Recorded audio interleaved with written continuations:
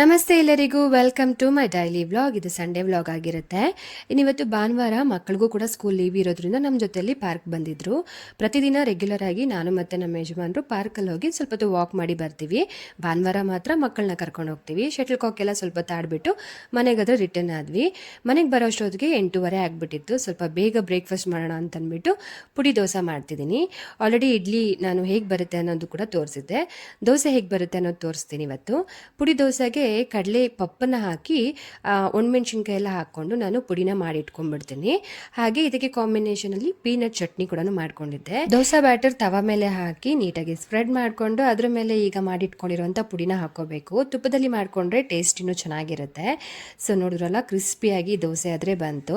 ನಾನು ಅವತ್ತೇ ಹೇಳಿದ್ದೆ ಇಡ್ಲಿ ಮತ್ತು ದೋಸೆ ಬ್ಯಾಟರ್ ಒಂದೇ ಮಾಡ್ಕೊಳ್ತೀನಿ ಅಂತ. ನೋಡಿದ್ರಲ್ಲ, ಈ ವಿಡಿಯೋ ಇಷ್ಟ ಆದರೆ ಒಂದು ಲೈಕ್ ಮಾಡೋದನ್ನ ಮರಿಬೇಡಿ.